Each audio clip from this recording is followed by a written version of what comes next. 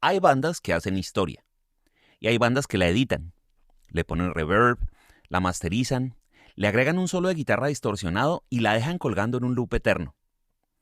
Soda Stereo fue de estas últimas, no solo porque rompió todos los moldes del rock en español, sino porque crearon uno nuevo y ese también lo rompieron. Antes de Soda, el rock latinoamericano tenía algo de copia, de espejo empañado por la distancia. Después de Soda, tuvo acento propio, estética definida y una sofisticación que no pedía permiso. Con trajes de colores imposibles, una batería que parecía programada por un cyborg y un cantante con voz de seda eléctrica, Soda no imitó a nadie. Se adelantó a todos. Pero ojo, esto no es un tributo. No estamos aquí para reproducir una playlist de grandes éxitos. Estamos aquí para desarmar una maquinaria, para entender por qué si uno dice Soda Stereo en cualquier rincón de Latinoamérica, se activan memorias que no sabíamos que estaban ahí. Sonidos, frases, gestos, ecos de una adolescencia que sigue vibrando incluso en quienes no la vivieron. Gustavo Cerati, Zeta Bosio y Charly Alberti no inventaron el rock, ni lo necesitaban.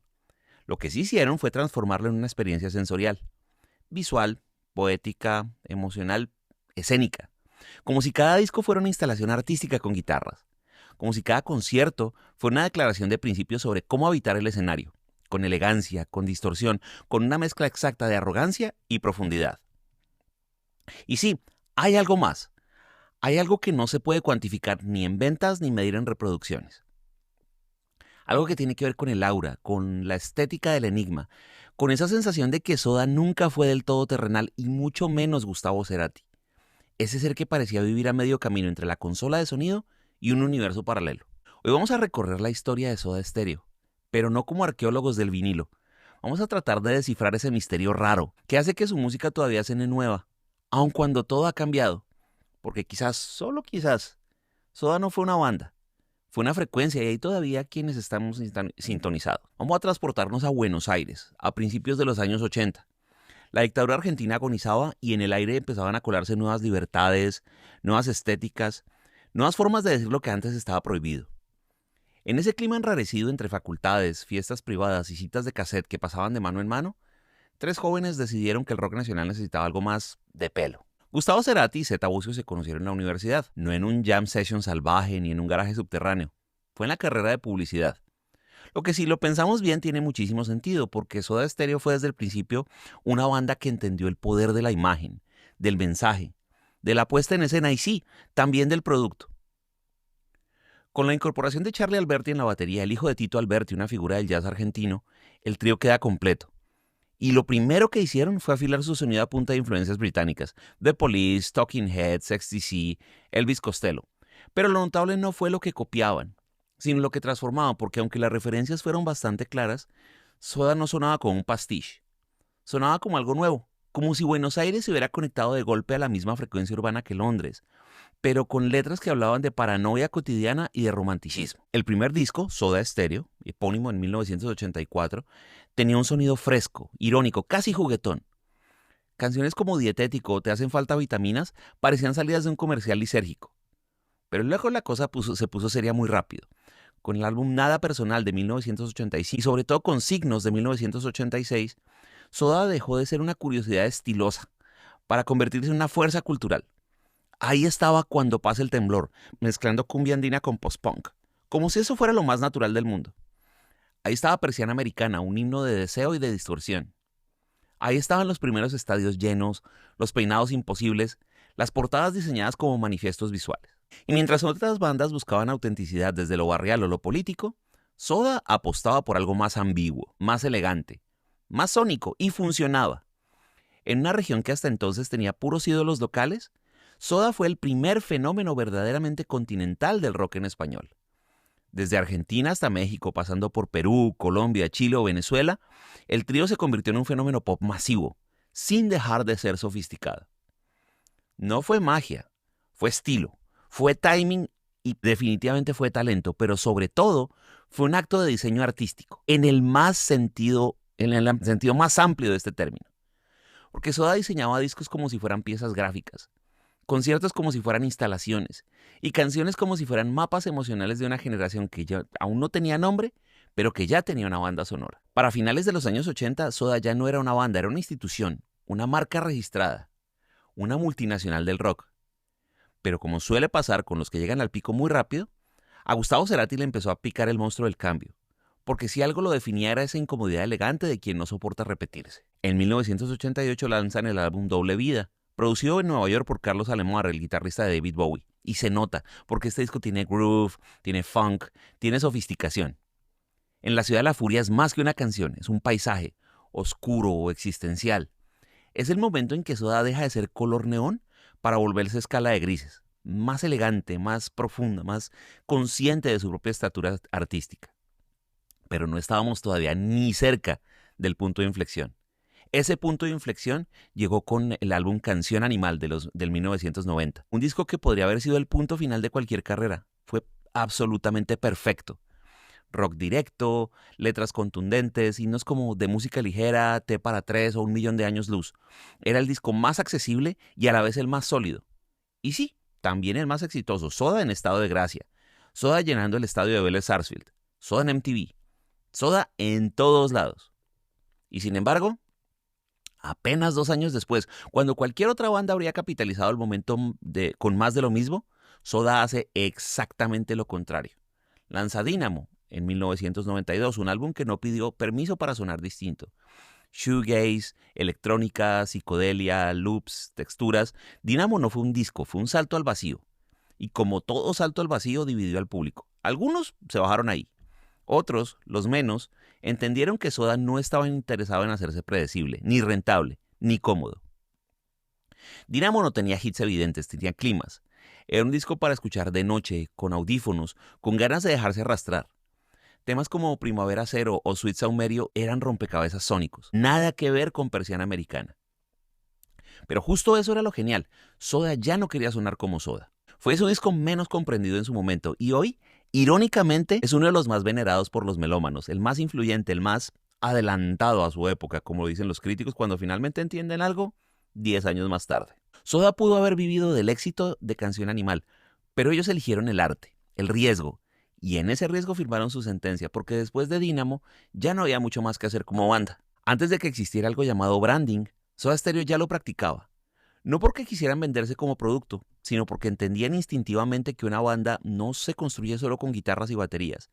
También se construye con imágenes, con símbolos, con gestos y con colores. Y en eso, Soda era quirúrgica.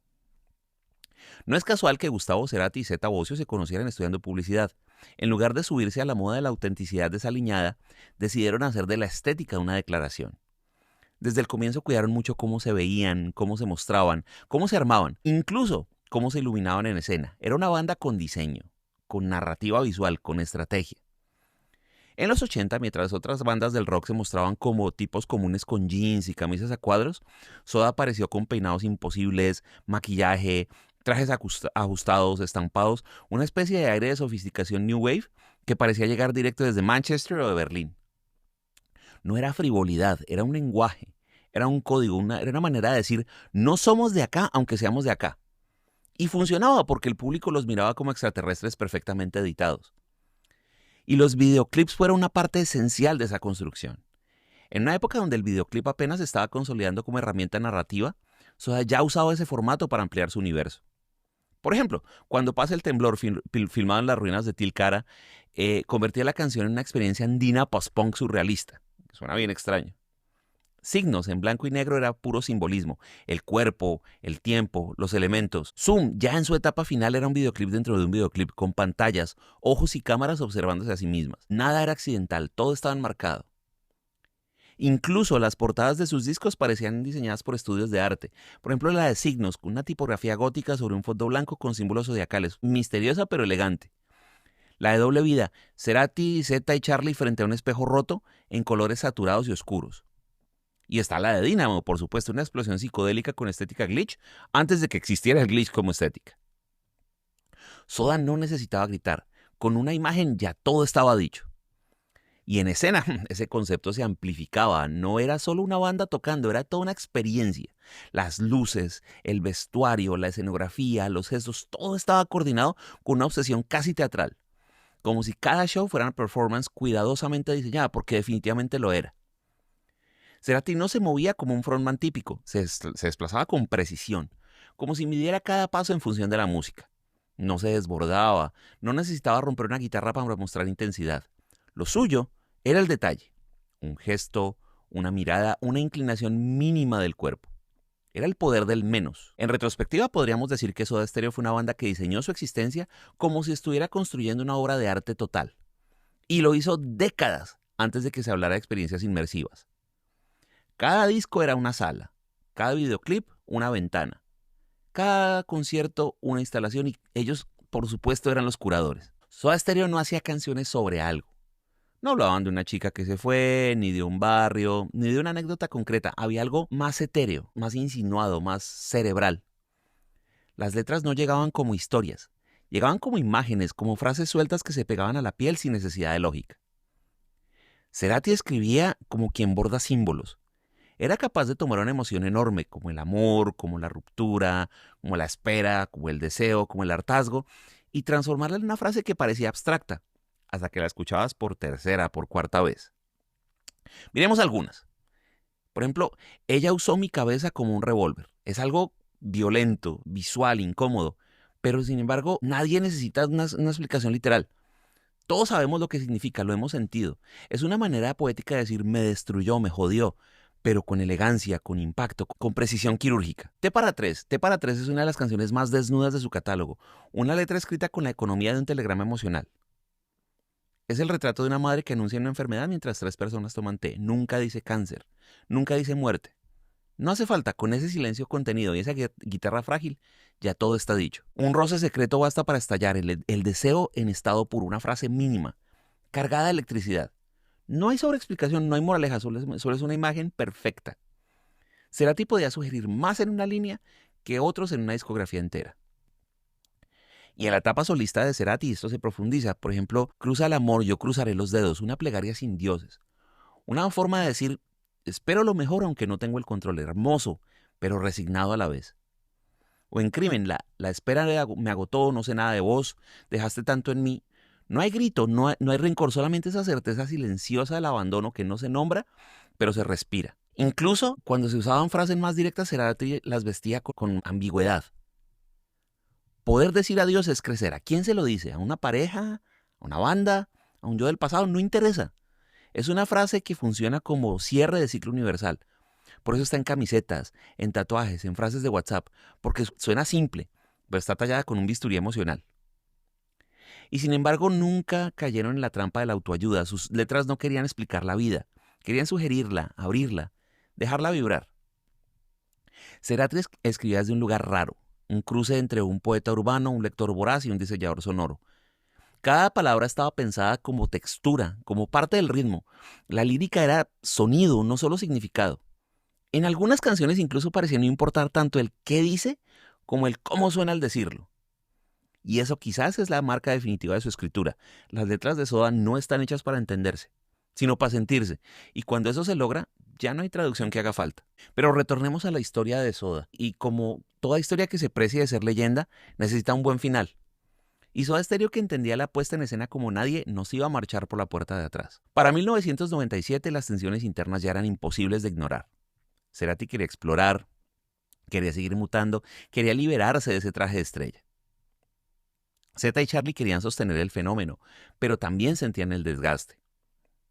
El motor creativo ya no giraba al mismo ritmo, y donde antes había química, ahora había cansancio, había silencios largos y había cafés fríos. Así que ellos deciden hacer lo impensable, decir adiós, pero no de cualquier forma. Lo hicieron con una gira continental perfectamente titulada El Último Concierto. Una serie de fechas por toda Latinoamérica como si fueran un cometa despidiéndose del sistema solar. Y el cierre, por supuesto, tenía que ser en Buenos Aires, el 20 de septiembre de 1997, en el estadio de River Plate, ante más de 70.000 personas. Fue un concierto que se convirtió en rito. Desde el primer acorde hasta el último aplauso, hubo algo solemne en el aire. Como si todos supieran que estaban presenciando el fin de una era. Y tocaron lo esencial. Zoom, ella usó mi cabeza como un revólver en la ciudad de la furia, de música ligera. Pero lo que más se recuerda es lo que vino después del último tema. Cerati, visiblemente conmovido, tomó el micrófono y dijo con una voz que no tembló pero casi: no solo no hubiéramos sido nada sin ustedes, sino con toda la gente que estuvo a nuestro alrededor desde el comienzo. Algunos siguen hasta hoy. Gracias, totales. Y en esas dos palabras, ahí, escribió sin saberlo una línea de cierre que se iba a volver inmortal. Gracias totales. Ni más ni menos. Sin grandilocuencia, sin lágrimas, con una elegancia quirúrgica. Una despedida perfecta, como todo lo que habían hecho. Pero claro, no hay final sin eco, y el eco de Soda siguió sonando, porque aunque se despidieron en el 97, la banda jamás se desvaneció del imaginario colectivo. De hecho, se volvió más poderosa, más intocable, más mítica, y eso probablemente fue lo más inteligente que hicieron, detenerse a tiempo, o al menos eso pensábamos. La separación de Soda Stereo no fue el final de Cerati, fue su renacimiento. Aunque durante años él había sido la cara visible del grupo, lo cierto es que Soda era una máquina colectiva, con acuerdos, desacuerdos y una química compleja. La carrera solista de Cerati, en cambio, fue un espacio de absoluta libertad. Y Cerati libre era otra cosa. Él ya había dado señales de hacia dónde quería ir en Amor Amarillo del 93, grabado incluso antes de la disolución de Soda. Allí el Cerati de peinados puntiagudos y bases bailables se volvía íntimo, se volvía luminoso, casi hogareño. Canciones como Lisa o Te llevo para que me lleves no gritaban, susurraban. Era un disco chiquito, casero, casi secreto. Un álbum grabado con su esposa Cecilia Menábar mientras esperaba el nacimiento de su hijo. Y sin embargo ella estaba todo. La melodía suspendida, la atmósfera como instrumento, la búsqueda de una belleza que no se notara demasiado. Pero su gran salto, su declaración de principios como solista llegó con el álbum Bocanada de 1999. Un disco que no necesitaba one hits, porque era una obra entera. Cinemática, envolvente, oscura, muy elegante. Cerati sampleaba orquestas, usaba loops, escribía letras encriptadas, como si fueran fragmentos de un diario onírico. Puente, Río Babel, Paseo Inmoral, cada canción era un territorio con un clima propio. No era un disco para corear en estadios, era para escucharlo con audífonos, en una ciudad que no existe. Y aún así, se volvió un clásico instantáneo. Después vino Siempre es hoy del 2002, un álbum extenso, juguetón, cargado de experimentación electrónica. Cerati no le tenía miedo al pop ni a la abstracción. Cosas Imposibles convivía con Artefacto y Karaoke. Era un disco de múltiples capas, como si estuviera afinando los límites entre canción, collage y performance sonora. A algunos les pareció un poquito irregular, a otros deslumbrante, justo como todo lo que no se acomoda. Pero si alguien dudaba de su capacidad para hacer rock directo sin perder profundidad, Ahí vamos, del 2006, cerró todas las bocas. Es un disco con riffs, con distorsión, con rabia contenida. Crimen fue el gran single con esa melancolía afilada y perfecta que parecía escrita desde una oficina de abogados del alma. Adiós, La Decepción, Uno entre Mil. Cerati ya estaba hablando de despedidas, de rupturas, de resistencias internas. Y sin decirlo, ya estaba escribiendo su propia elegía. Y como si lo supiera, lanzó en 2009 su último disco, Fuerza Natural. ¿Y qué disco? Es un álbum con resonancias folk, electrónica galáctica y letras casi esotéricas. Un viaje iniciático, una despedida sin firma. Canciones como Cactus, Déjà Vu o Magia sonaban como si hubieran sido escritas en el umbral entre este mundo y otro. La música no sonaba desde los parlantes, flotaba. Todo estaba ahí, lo emocional, lo técnico, lo poético, lo espiritual. La gira fue un éxito total. Cerati estaba en su mejor momento, elegante, seguro, poderoso, pero también sutilmente parecía cada vez más hacia adentro, como si ya no necesitara la validación de nadie, como si estuviera cerrando algo, como si otra vez ya lo supiera. Y entonces se nos vino lo inevitable. En mayo del 2010, después de un show en Caracas, Venezuela, Gustavo Cerati sufrió un accidente cerebrovascular. Cayó en coma, y la noticia congeló a toda una generación. La espera duró 4 años, durante los cuales su figura se volvió aún más inmensa.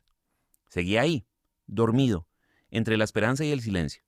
Pero su música no se detuvo ni un solo día. El 4 de septiembre de 2014 finalmente fallece. Pero en realidad, lo que hizo fue dejar de estar físicamente. Porque su obra no fue una serie de discos, fue un manifiesto sonoro sobre el deseo, el lenguaje y la transformación. Lo que dejó no son solo canciones, son atmósferas, frases que se vuelven tatuajes, estados emocionales que se activan con solo escuchar un acorde. Gustavo Cerati no fue un Soda Stereo. Fue un artista que usó la popularidad para hacerse invisible, etéreo, eterno. Y como escribió en una de sus canciones más hermosas, no hay nada que perder, ya nada más me importa. Se apagará el dolor, lo hiciste bien. Sí, Gustavo, lo hiciste bien. Lo hiciste demasiado bien. Vamos a volver un poquito más en el tiempo otra vez. Y vamos a hablar de que segundas partes nunca fueron buenas. Pero Soda Stereo no volvieron, ellos no regresaron para ser mejores en ese momento. Ellos volvieron porque podían no volver. Más bien, no podían evitar volver.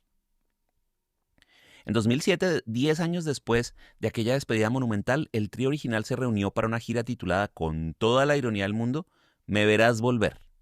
Fue un fenómeno, estadios agotados, fanáticos de todas las edades y una banda que no había perdido ni el filo ni la estética. No era un revival, era un reencuentro, casi un ajuste de cuentas con el propio mito. Y funcionó, no por la calidad musical, sino porque a diferencia de tantas otras reuniones forzadas, esta no olía a nostalgia barata.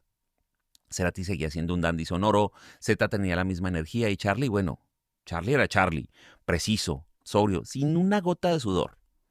El repertorio era un viaje emocional, desde Juego de Seducción hasta Zona de Promesas, pasando por himnos que ya no solo eran canciones, sino memorias compartidas. Fue un cierre perfecto. El aplauso que faltaba, la forma de decir, sí, todavía somos eso. Pero el verdadero capítulo final, o el postfinal, o el epílogo extendido, llega en 2020 con Gracias Totales, un proyecto que desató tanto entusiasmo como polémica. Zeta y Charlie salieron de gira con una banda de apoyo y un desfile de voces invitadas. Andrea Echeverry, Mon Laferte, Rubén Albarrán, Adrián Dárgelos, León Larregui y, por supuesto, Cerati, no en cuerpo, pero sí en voz, en pantalla, en presencia flotante. Algunos lo amaron, otros definitivamente lo criticaron, pero nadie pudo ignorarlo. Porque Gracias Totales fue más que un show, fue como una especie de ritual de cierre colectivo, una ceremonia para decir, por fin, adiós. ¿O no? Porque lo cierto fue que Soda Stereo nunca se fue. Viven compilados, viven camisetas, viven tatuajes con la tapa de signos, en bandas que no existirían sin ellos y sobre todo en esa frase que alguna vez sonó como una despedida, pero que hoy funciona como una contraseña secreta entre generaciones. Gracias totales. Es fácil hablar de Soda Stereo como una banda histórica. Lo difícil es dimensionar cuánto cambió el mapa musical de habla hispana después de ellos. Porque no dejaron una escuela, dejaron un idioma, un estilo, una posibilidad estética que antes no existía. Después de Soda, el rock en español dejó de ser el primo menor del anglosajón. Se volvió sofisticado, lírico, atmosférico y desde entonces muchísimas bandas han bebido de esa fuente. Algunas con devoción explícita y otras sin querer. Los casos más evidentes, obvio, están en Latinoamérica. Zoé, por ejemplo, en México, que tomó la herencia más etérea y espacial de Bocanada y Dínamo. León Larregui canta como quien flota en una nube de sintetizadores y no es coincidencia, porque Cerati fue su norte estético. Babasónicos, que compartió generación con Soda, pero que fue después de su auge que definió un sonido que juega con la ambigüedad, con el glam, con la producción quirúrgica. La libertad de hacer discos conceptuales y radicales en lo sonoro también es parte del camino que abrió Cerati. Y no solo en el indie o en el rock alternativo, Cerati produjo canciones para Shakira, como No, Día Especial, donde se nota su impronta. Progresiones complejas, atmósferas melancólicas, letras con doble fondo. Incluso artistas urbanos como Bomba Estéreo han citado a Cerati como una influencia estética más que musical, ese modo de hacer arte sin explicar nada, de construir identidad a través del sonido, no el eslogan. Y a nivel de producción, Cerati también cambió el juego. Fue uno de los primeros músicos latinos en pensar en sus discos como obras integrales. No solo escribía canciones, diseñaba discos completos. Pensaba el sonido, el orden de los temas, las texturas, los silencios. Él fue el pionero en el uso del estudio como instrumento. Y hoy eso es un estándar. En su momento eso era una anomalía completa. Y no podemos olvidar su influencia como letrista, la posibilidad de escribir sin solemnidad, sin bajada de línea, sin necesidad de ser explícito, de usar el lenguaje como neblina, como tacto, una especie de perfume que no se ve pero se siente. Eso también es un legado. Al final, Soda Stereo no solo influyó a otras bandas, influyó cómo suenan las canciones en español, cómo se mezclan, cómo se cantan, cómo se entienden. Y en el caso de Cerati, su influencia va más allá de lo musical. Está en la idea misma de que se puede hacer arte pop de forma profunda, que se puede hablar de amor sin caer en lo empalagoso, del dolor sin ser obvios, del deseo sin ser explícitos. Ese es quizás su mayor legado, haber demostrado que la sofisticación también puede ser popular, que se puede llegar a las masas sin bajar el nivel, y que incluso lo intangible, si se dice bien, se puede quedar para siempre, porque por más que uno quiera elevarlos a la categoría de leyenda, Soda Stereo fue también una banda de carne y hueso, con anécdotas improbables, con accidentes escénicos, con decisiones extrañas y con momentos tan humanos que hacen que ese mito que tienen crezca. Por ejemplo, ese videoclip de Cuando pasa el temblor, que hoy parece una obra surrealista filmada en el altiplano argentino, estuvo a un pelito de no suceder. Como ya dije, fue grabado en las ruinas de Tilcara en Jujuy a casi 3.000 metros de altura. La banda tuvo que cargar los instrumentos en mulas porque no había caminos para llegar al sitio exacto. Cerati, afónico, casi no canta en las tomas. Y a pesar de todo, el resultado fue uno de los primeros videoclips conceptuales de la historia del rock latinoamericano. Psicodelia precolombina en CGI. Otra. Durante los shows de la gira Me Verás Volver en 2007, la banda ensayó durante semanas en secreto en la trastienda de Buenos Aires, a puertas cerradas. Pero una noche mientras sonaban los acordes de En la Ciudad de la Furia, alguien grabó un fragmento desde la calle y lo subió a YouTube. Era 2007 y fue una de las primeras filtraciones virales del rock argentino. Cerati, que odiaba los celulares en los conciertos, bromeó con la situación, pero jamás volvieron a grabar con la puerta entreabierta. ¿Sabías también que Cerati alguna vez grabó una versión de I'm Losing You como un homenaje para John Lennon? ¿O que tocó con Roger Waters en un concierto benéfico en Chile en 2002? Sí, con ese Roger Waters, haciendo una versión casi reconocible de Wish You Were Here. Junto a Jorge González de Los Prisioneros, no hay un video oficial, solo hay una grabación difusa, pero ese mito ya se instaló. Hay otra joya oculta, Colores Santos, el disco que hizo Gustavo con Daniel Melero en 1992. Fue tan rupturista que la discográfica casi no lo promocionó. Fue un disco extraño, electrónico, misterioso, donde Cerati suena más a Brian Eno que a sí mismo. Para muchos fue el embrión de lo que sería Bocanada después. Para otros fue solamente un desvío raro, pero como sea, es un disco de culto. Y hablando de desvíos extraños, hubo una época en la que Cerati compuso jingles publicitarios. Uno de ellos para una gaseosa muy famosa que tenía tanta calidad que la empresa no lo aprobó porque no sonaba jingle. Cerati, según la leyenda, respondió: obvio, no suena jingle porque es música. Y finalmente está el Cerati obsesivo, el perfeccionista, el que pasaba horas corrigiendo un pedal de delay en el estudio, el que grabó 13 veces la voz de Crimen porque la intención no era la correcta, el que se peleaba con ingenieros por la colocación de un micrófono, pero luego los invitaba a un vino para que la tensión se disolviera, el que ensayaba como si fuera a tocar por primera vez, el que revisaba las letras palabra por palabra porque el mito tenía método. Esas anécdotas no lo bajan del pedestal, al contrario, lo vuelven más fascinante, más real, más humano. Hay bandas que se escuchan, otras que se recuerdan y unas pocas que se sienten. Soda Stereo pertenece a ese grupo extraño que no necesita estar sonando para seguir vibrando. No necesita estar presente para seguir estando. Porque Soda, más que música, es una frecuencia emocional que se activa en cuanto uno escucha las primeras notas de En la Ciudad de la Furia o el fade-in flotante de Puente.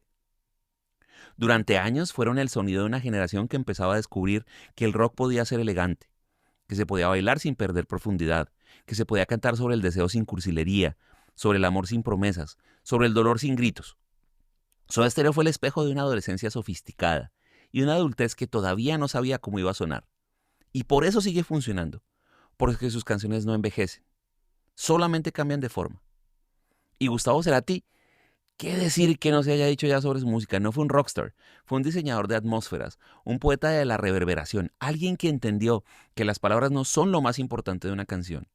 Lo más importante es lo que pasa cuando se acaba. Y quizás eso explique por qué el legado no se reduce a Soda, ni a la carrera solista de Cerati, ni a su mística en general. Su legado está en cada persona que alguna vez sintió que una canción suya lo decía todo sin explicarlo. En cada viaje en carretera con Zoom, en cada madrugada con Crimen, en cada reconciliación imposible con Adiós, en cada frase que no termina pero permanece. Porque a veces la música no sirve para entender, sirve para sostener, para acompañar, para habitar el mundo sin tener que explicarlo todo. Y en ese sentido, Soda Stereo y Cerati lograron lo máximo a lo que puede aspirar un artista: crear algo que no necesita defensa, solo escucha. Algo que, como él mismo escribió alguna vez, no se puede atrapar, pero sí seguir, con los ojos cerrados, con el volumen alto y con el corazón en modo eco. Gracias totales.